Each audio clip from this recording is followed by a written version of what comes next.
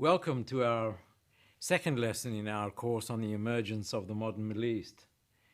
Today, we deal with the question of modernity and tradition and the age of reform. Last time we spoke about the impact of Europe at the end of the 18th and the early 19th century.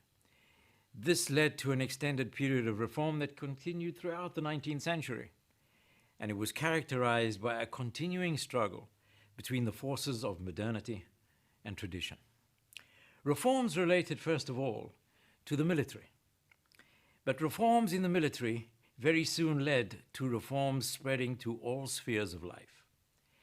And not only the lifestyle changed, not only the economy changed, but reform also changed the world of ideas.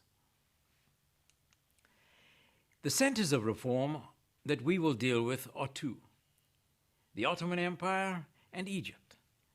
And the question could, of course, be asked, if the Ottoman Empire and Egypt were essentially the same political entity, why are we discussing them separately? We discuss them separately, first of all, because Egypt, from the Napoleonic era onwards, and under Muhammad Ali, as we have seen, gradually emerged as a separate political entity. They are also very different. They have geostrategic differences that influenced the age of reform and the pace of reform.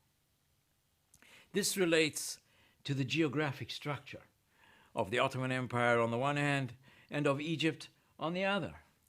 Egypt is very unique. Egypt is the land of the Nile Valley. Egypt, by its very nature, is a very centralized entity. The people of Egypt, for thousands of years, have lived along the Nile River. The people of Egypt are the people of the Nile Valley.